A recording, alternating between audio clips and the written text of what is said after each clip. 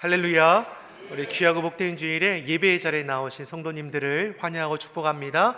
우리 좌우에 계신 분들과 우리 반갑게 인사하겠습니다. 잘 오셨습니다. 반갑습니다. 특별히 오늘은 또 설 주일이기도 하니까요, 우리 새해 인사 우리 한 번 더 하겠습니다. 새해 하나님의 축복 많이 받으세요. 새해 하나님의 축복 많이 받으세요. 아멘. 새해 하나님 축복 많이 받으시기 바랍니다. 연말이 되었을 때 부어주신 하나님의 은혜로 정말 기쁘고 감사함으로 고백할 수 있는 우리 모든 성도가 되기를 간절히 바랍니다. 사도 바울이 1차 전도 여행을 통해서 이 갈라디아 지역에서 복음을 전하고 많은 사람들을 제자를 삼고 또 교회를 세우게 됩니다. 그러니까 이스라엘 백성들에게 복음 전하는 것이 아니라 이방인들에게 복음 전할 자로 하나님께서 사도 바울을 세우셨습니다. 첫 선교지가 어디였느냐? 이 갈라디아 지역입니다. 오랜 시간 이곳에 머물면서 이곳에 있는 도시를 방문해서 복음을 전하고 교회를 세운 것입니다. 그러니 어떻습니까? 그 마음이 늘 갈라디아 교회를 향하고 있는 겁니다. 근데 어떤 소식이 들려오기 시작합니까? 거짓 교사들로 인해서 바울이 전한 오직 믿음, 은혜로 구원을 얻는다라는 그 사실이 훼손되고 있었다라는 소식을 듣게 된 것입니다. 복음의 진리는 명백합니다. 예수 그리스도를 믿는 모든 사람은 오직 하나님의 은혜로 구원함을 받습니다. 오직 믿음, 오직 은혜 외에 그 어떠한 인위적인 요소를 덧붙일 수가 없다라는 것입니다. 유대 지방의 이 거짓 교사들이 찾아와 말하기를 오직 믿음으로 구원받는 것이 아니라 거기에는 율법을 준수하는 행위가 따라와야 한다는 것입니다. 특별히 할례를 반드시 받아야 구원함을 받는다라고 미혹했다라는 것입니다. 거짓 교사들은 갈라디아 교회에 조용히 들어와 더욱 효과적으로 저들을 흔들기 위해서 이 바울의 사도권까지도 의심하게 만들었습니다. 바울이 어떻게 사도냐? 예수님과 공생의 기간을 함께하지도 않았는데 어떻게 저가 사도일 수 있느냐? 이렇게 갈라디아 지역의 교회들을 흔들어 놓는 것을 볼 수 있습니다. 이 1장의 말씀을 보면 바울이 무엇을 고백합니까? 자신은 어머니 태로부터 하나님께 택함 받았고 예수님 부활의 주님께서 빛으로 만나 주심을 통해서 이방인의 복음 전할 자로 부름 받았다라고 분명히 고백하는 걸 볼 수 있습니다. 그래서 갈라디아서 1장 1절을 시작하면서 뭘 말씀합니까? 우리 한번 같이 읽어보겠습니다. 사람들에게서 난 것도 아니요 오직 예수 그리스도와 및 죽은 자 가운데서 그리스도를 살리신 하나님 아버지로 말미암아 사도된 바울은, 자신이 사도된 것은 사람에게서 난 것도 아니고 사람이 세운 것도 아니라 오직 예수 그리스도와 하나님의 은혜로 된 것임을 밝히고 있습니다. 바울은 회심한 이후에 다메섹에서 자신이 만난 부활의 예수님, 십자가의 복음을 전하고 아라비아 광야로 3년 동안 나가 있었습니다. 마치 사도들이 예수님과 공생에 3년을 보냈던 것처럼 사람의 시선이 아닌 하나님의 시선에 집중하기 위해서 아라비아 광야에서 3년간 훈련받게 되는 겁니다. 이 이후에 예루살렘에 방문하여 15일 동안 머물면서 사도 베드로를 만나고 자신이 전하는 복음은 결코 사람에게 배운 것이 아니라 오직 예수님의 계시로 된 것임을 알렸습니다. 이러한 사실을 오늘 본문을 통해서도 다시금 확인해 볼 수 있습니다. 베드로와 여러 사도들은 할례자, 유대인들에게 복음 전환으로 택함 받은 자이고 자신은 무할례자, 이방인들에게 복음 전할 자로 부르심을 받았다라는 것입니다. 즉 사도 바울은 자신을 향한 부르심이 결코 다른 사도들과 다르지 않음을 밝힘으로써 자신이 예수 그리스도와 하나님의 부름 받은 사도임을 확증해 증거해 주는 것입니다. 오늘 본문 1절의 말씀을 보더라도 어떻습니까? 사도 바울이 14년이 지난 후에 예루살렘 교회에 방문했다라는 것입니다. 우리 2장 1절의 말씀을 같이 읽어보겠습니다. 14년 후에 내가 바나바와 함께 올라갔더니. 아멘.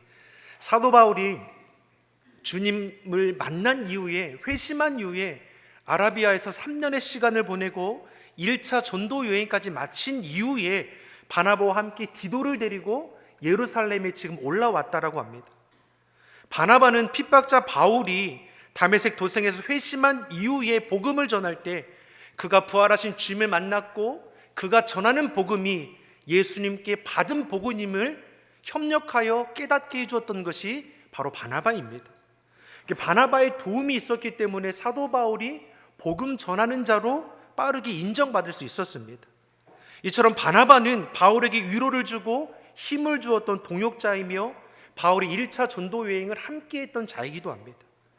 사랑하는 성도 여러분, 우리에게도 믿음의 동역자는 반드시 필요합니다. 나를 위해 기도해 주고 서로에게 위로가 되고 힘이 되어주는 믿음의 동역자가 우리 가운데 있어야 합니다.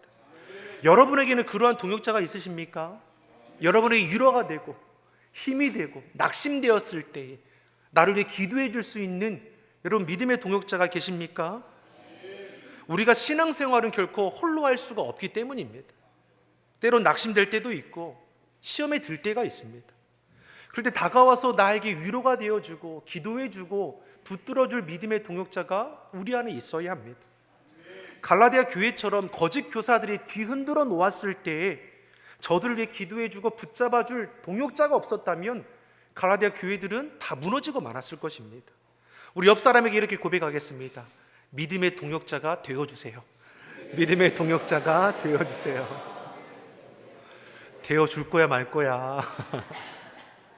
협박하듯이 얘기하는 것보다는 우리 사랑의 눈빛으로 믿음의 동역자가 되어주세요. 시작. 믿음의 동역자가 되어주세요. 아멘. 여러분 서로에게 믿음의 동역자가 되어주시기를 간절히 소망합니다. 또 이어서 보니까 그 예루살렘에 함께 올라온 디도를 볼 수 있습니다. 디도를 가리켜 헬라인이라고 했습니다. 이방인입니다. 디도는 사도 바울이 사역 초기에 이방인들에게 복음을 전하여 열매 맺은 사람으로 영적인 아들이라 여길 만큼 오랫동안 함께 동행했던 인물입니다. 바울과 함께 디도를 데리고 바울이 예루살렘에 방문한 이유가 무엇입니까? 2절의 말씀에 나오는 겁니다. 2절의 말씀을 우리 같이 보겠습니다. 계시를 인하여 올라가 내가 이방 가운데서 전파하는 복음을 저에게 제출하되 유명한 자들에게 사사로이 한 것은 내가 다름질하는 것이나 다름질한 것이 헛되지 않게 하려 함이라. 아멘. 바울이 예루살렘에 방문한 것은 계시로 인함이라고 분명히 우리에게 말씀합니다. 갈라디아 교회가 문제가 생기고 자신의 사도권이 흔들리니까 예루살렘의 교회에 방문해서 자신이 인정받고자 하는 인간적인 마음으로 찾아간 것이 아니라는 것입니다. 바울은 회심한 이후에 사람에게 보이고자 행한 적이 단 한 차례도 없습니다. 만약에 그런 마음이 있었다면 부르심 받은 이후에 즉시로 예루살렘 방문해서 자신의 사도권을 주장하고 담대히 그가 나아가 증거했을 것입니다. 그런데 그러하지 않고 어떻습니까? 회심한 이후에 아라비아 광야에 3년간 나아가 훈련을 받고 그 즉시로 이방인에게 복음 전하는 사역을 감당하다가 14년이 지난 이후에 하나님의 부르심 가운데 예루살렘에 방문하는 것을 우리가 볼 수 있는 것입니다. 바울은 오직 은혜의 복음만을 전했습니다. 은혜로 구원받는 것이지 율법의 행위로 구원받는 것이 아니라는 것을 어디든지 복음 전하는 것을 볼 수 있습니다. 하나님의 보내심에 따라 예루살렘에 방문하여 은혜의 복음을 전한다는 그 사실을 또한 보고할 뿐입니다. 자신이 다름질하는 것이나 다름질한 것이나 과거에도 현재에도 앞으로도 십자가의 복음, 은혜의 복음만을 전할 것이라는 것을 밝히 말하고 있는 것입니다. 이처럼 바울은 끝까지 자신을 드러내는 것이 아니라 오직 은혜의 복음만이 전해질 수 있도록 헌신하는 자임을 우리가 알 수 있는 것입니다.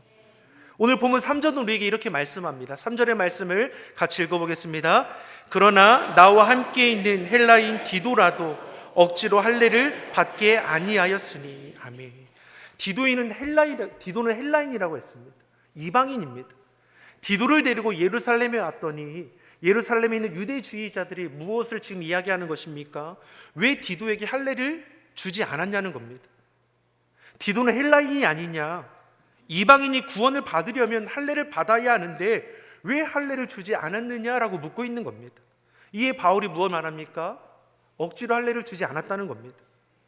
초대교회 그리스도인들은 회심한 유대인들이었습니다. 사도행전을 보더라도 10장에 가서야 이방인들에게 복음이 전해지기 시작합니다. 그 전까지는 회심한 유대인 그리스도인들로서 초대교회가 구성되어 있었습니다. 유대인들은 율법을 준수하고 할례를 행했습니다. 이들이 예수님을 구원주로 영접하여 유대인 그리스도인으로 거듭나긴 했지만 그들 안에는 무엇이 자리 잡고 있습니까? 율법에 대한 행함, 할례의 필요성이 늘 그 안에 자리 잡고 있었습니다. 유대인 그리스도인들은 지금까지 지켜오던 율법으로부터 자유하지 못했었고 예수님을 영접했지만 여전히 율법을 가까이하며 할례의 중요성을 전해주고 있었습니다. 그런데 바울과 함께 이방인 디도가 찾아오니까 할례를 행했는지를 그 여부를 따져보는 것입니다. 이에 바울이 할례를 주지 않았다라는 겁니다. 왜 그렇습니까? 은혜로 구원을 받는 것이지 할례를 받아야 구원을 받는 것이 아니기 때문입니다. 그런데 율법을 준수하고 할례를 받자고 하니 이것은 뭘 말하는 겁니까? 다시금 예전으로 돌아가자는 것입니다.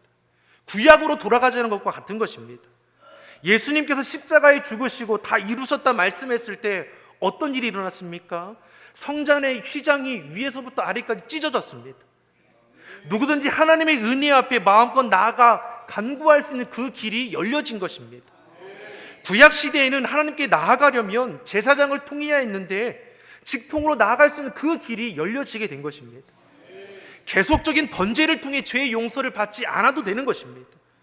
예수님께서 대속제물 되어 주심으로 우리의 모든 죄값이 단번에 해결되었습니다. 주님 안에서 참된 자유를 얻게 되었습니다. 그런데 율법으로 돌아가자는 것은 무엇입니까? 다시금 이전처럼 율법의 멍에를 지고 가자는 것과 같은 것입니다.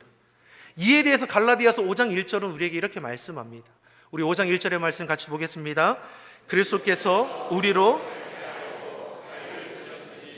그러므로 굳세게 서서 다시는 종의 멍에를 매지 말라. 아멘. 우리로 주님 안에서 자유하게 하셨는데 왜 다시 율법의 멍에를 매려고 하고 있느냐는 것입니다. 다시 종의 멍에를 매지 말라고 합니다. 구원의 기쁨을 빼앗기지 말라는 것입니다. 사랑하는 성도 여러분, 다른 복음은 없습니다. 오직 예수님, 오직 믿음밖에 없습니다. 그런데 거짓 교사들로 인해 갈라디아 교회가 훼손되는 겁니다. 흔들리고 은혜의 복음이 훼손되고 있습니다. 율법의 멍에를 다시 짊어지려고 하고 있습니다. 그러니 2장 4절에 뭘 말씀합니까? 같이 한번 읽어보겠습니다. 2장 4절의 말씀 보겠습니다. 이는 가만히 들어온 거짓 형제의 까닭이라. 저희가 가만히 들어온 것은 그리스도 예수 안에서 우리의 가진 자유를 엿보고 우리를 종으로 삼고자 함이로되. 아멘. 알지 못하는 사이에 거짓된 자들이 가만히 들어왔습니다. 왜 이들이 가만히 몰래 들어왔습니까? 그래서 예수 안에서 우리의 가진 자유를 엿보고 우리를 다시 종으로 삼고자 하기 위해서라는 것입니다. 예수 그리스도를 믿음으로 누리게 된 이 자유를 다시 빼앗고자 몰래 찾아왔다라는 것입니다. 우리가 예수님 믿기 전에는 죄의 노예였습니다. 본질상 진노의 자녀였다라고 말씀합니다. 어둠의 권세에 매여 마귀의 종로를 타던 자였습니다. 그러한 우리에게 예수님께서 참 자유를 주셨습니다. 주님 안에서 더 이상 우리를 정죄할 것이 하나도 없습니다. 예수님의 이름의 권세 앞에 모든 죄와 사망의 법은 끊어졌습니다. 이것은 할례를 행하고 율법을 준수해야 얻는 것이 아니라 은혜로 주신 하나님의 선물입니다. 주님 안에서 자유를 누려야 하는 성도들이 다시금 율법에 매여 죄의 멍에를 메어 나아간다고 하니 얼마나 답답한 일이 되는 것입니까? 이에 바울은 할례를 받지 않은 디도를 통해서 할례를 행하는 것과 구원을 받는 것은 아무 상관이 없다라는 것입니다. 사랑하는 성도 여러분, 다른 복음은 없습니다. 오직 믿음, 오직 은혜 외에 인위적으로 요소를 덧붙이는 것은 거짓된 것일 뿐인 것입니다. 바울은 로마서를 통해서 무엇을 강조합니까? 육체의 할례가 중요한 것이 아니라 마음의 할례가 중요한 것을 강조합니다. 중심을 보신 하나님 앞에 우리가 보일 것이 무엇입니까? 우리 믿음인 것입니다. 진리는 명백합니다. 예수님이 진리가 되십니다. 복음의 진리에 굳게 서는 저와 여러분이 되기를 예수님의 이름으로 소망합니다. 결코 행위로 난 것이 아니라 아니니 자랑할 자가 단 한 명도 없습니다. 그런데 거짓된 것들이 들어와 흔들어 놓았습니다. 우리는 거짓된 것에 대해서 어떻게 대처해야 합니까? 우리 본문 5절은 우리에게 이렇게 말씀해 줍니다. 5절의 말씀을 우리 같이 읽어보겠습니다. 우리가 일시라도 복종치 아니하였으니 이는 복음의 진리로 너희 가운데 항상 있게 하려 함이라. 아멘. 거짓 복음 앞에 일시라도 한시라도 저들이 타협하거나 복종할 이유가 단 한 가지도 없다는 것입니다. 저들 앞에 흔들릴 이유가 무엇입니까? 진짜를 소유한 우리가 가짜에 흔들릴 이유가 무엇이겠습니까? 혹 우리 주변에 거짓된 복음을 전하는 자가 있다면, 거룩한 성도의 교제를 훼손하는 자가 있다면 멀리할 수 있길 간절히 소망합니다. 여러분, 물리치십시오. 이것은 인정으로 되는 것이 아닌 것입니다. 제가 부임을 앞두고 이제 사택에 이사를 했습니다. 이사한 당일 첫날입니다. 그 저녁에 초인종이 울리는 겁니다. 문을 열고 보았더니 그 여성 두 분이 어머니 하나님에 대해서 소개하겠다고 찾아온 것입니다. 부임을 앞두고 이사한 첫날 밤에 저를 맞아준 것이 두 분의 이단 어머니들이었습니다. 이단들의 특징이 무엇입니까? 아, 저 교회 다닙니다 하니까 어떻습니까? 그래도 들어봐야 한다는 겁니다. 여러분, 교회 다닌다는데도 그대로 이렇게 붙들리는 사람들은 여러분 100% 이단입니다. 믿는 사람들이 전도할 때 어떻습니까? 한 복음 안에서 믿는 자들이 전도할 때는 저 교회 다닙니다. 그러면 아, 그러세요? 늘 주 안에서 승리하세요. 이러지 않습니까? 또 복음 전하는 우리들을 보고 더울 때 너무 애쓰십니다. 그 열심은 참 하나님 기뻐하실 겁니다. 이런 주고받는 것이 우리 한 복음 안에 있는 것입니다. 하지만 이단들은 어떻습니까? 오히려 믿는 자들을 타켓으로 하고 더 달라붙는 것을 볼 수 있습니다. 여러분, 이때 호기롭게 저들을 변화시키겠다고 저들과 논쟁할 이유가 있습니까? 없습니까? 없습니다. 여러분, 여러분의 신앙을 하나님께만 자랑하십시오. 여러분, 이단들과 논쟁할 이유가 없습니다. 저들을 변화시키겠다? 안 됩니다. 디도서 3장 10절의 말씀을 보면 이단에 속한 사람을 한두 번 훈계한 후에 멀리하라고 했습니다. 이들과의 논쟁은 무익한 것이고 헛된 것이기에 그러합니다. 제가 신학생 때입니다. 친구 3명과 자취를 했는데 또 초인종이 울립니다. 여호와 증인이 찾아온 겁니다. 저희는 어떻습니까? 저희는 이제 교회 다닙니다. 신학생입니다. 그 더 가는 겁니다. 신학생들이니까 더 들어봐야 한다는 겁니다. 친구 중에 한 명이 어떻습니까? 자기가 나가서 얘기하겠다는 겁니다. 나가더니 1시간이 넘도록 안 들어옵니다. 그런데 어떻습니까? 야, 나가지 말라니까 왜 나갔니? 그러니까 자기가 할 줄 알았는데 각자의 말밖에 안 했다는 겁니다. 그 다음에도 또 만났습니다. 또 했습니다. 여호와의 증인을 변화시켰겠습니까? 변화시키지 못했습니다. 씨름할수록 어떻습니까? 그 사람들은 더 데려오고 자신의 공동체를 가보자고 끌려가려고 하는 겁니다. 사랑하는 성도 여러분, 이단들은 물리쳐야 합니다. 여러분, 섞여서는 안 되는 것입니다. 하나님의 은혜로 저들을 긍휼히 불쌍히 여기며 우리는 무엇하는 겁니까? 기도해 주는 것입니다. 우리가 할 것은 저들을 위해 기도해 주는 겁니다. 내가 변화시키는 것이 아니라 하나님께서 변화시키셔야 합니다. 핍박자 사도 바울이 어떻게 전도자가 될 수 있었습니까? 핍박하러 가는 도중에 부활의 주님이 빛 가운데 찾아오셨기 때문에 그가 바뀌어질 수 있었습니다. 누가 하셨습니까? 하나님께서 하시는 것입니다. 사도 바울은 회심한 이후에 변함없이 하나님께 받은 은혜의 복음을 담대히 전할 뿐입니다. 이를 위해 자신이 부름받았다는 분명한 확신과 소명을 가지고 나아가는 것입니다. 사람에게 보이고자 하는 것도 아니고 사람이 세운 것도 아니기에 오직 하나님 앞에 담대히 은혜의 복음을 전하고 있습니다. 예루살렘에 방문한 것도 무엇입니까? 하나님께서 보내시기 때문에 나아가는 것입니다. 결코 자신의 사도권이 의심받기 때문에 그 의심을 풀고자 나갔던 것이 아닙니다. 하나님이 보내시니까 나아가게 된 것이고, 하나님이 보내심 가운데 나아갔더니 하나님께서 그 문제를 해결해 놓고 기다리시는 것입니다. 본문 7절과 8절의 말씀을 같이 읽어보겠습니다. 7절 8절의 말씀입니다. 도리어 내가 무할례자에게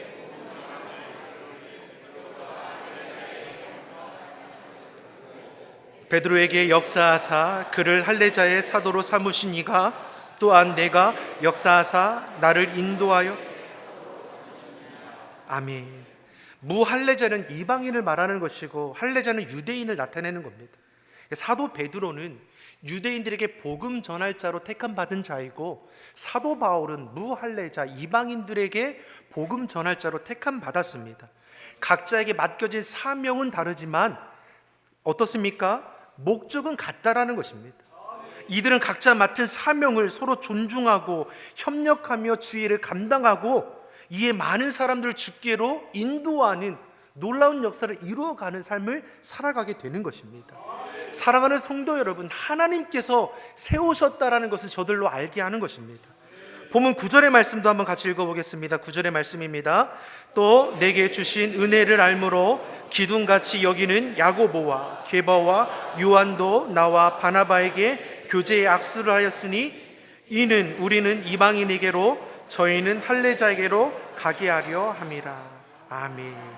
친교의 악수를 행했습니다. 동역자로서 서로를 인정하고 협력하는 것을 우리에게 보여주는 것입니다. 사랑하는 성도 여러분, 복음은 진리는 영원한 것입니다. 시대가 변하고 사람은 바뀌어도 복음의 진리는 영원합니다. 사도 바울이 전했던 복음, 사도 베드로가 보냈던 복음, 이 시대에 저와 여러분이 증거하는 복음은 한 복음입니다. 하나님의 은혜의 복음입니다. 이것 외에는 다른 것이 없습니다. 거짓이고 가짜일 뿐입니다. 저와 여러분이 복음의 진리 위에 굳게 서서 주님 안에서 자유함을 누리고 그 안에서 기쁨의 삶을 살아가기를 예수님의 이름으로 간절히 축원합니다. 기도하겠습니다. 사랑의 하나님, 복음의 진리 안에서 흔들림 없는 구원의 확신을 갖게 하여 주시옵소서. 우리에게 지혜를 허락하여 주셔서 미혹의 영에게 흔들리지 않게 하여 주시옵소서. 시대를 분별하게 하셔서 오직 예수님, 오직 믿음으로 복음의 진리 위에 굳게 서는 우리 모두가 다 되게 하여 주옵소서.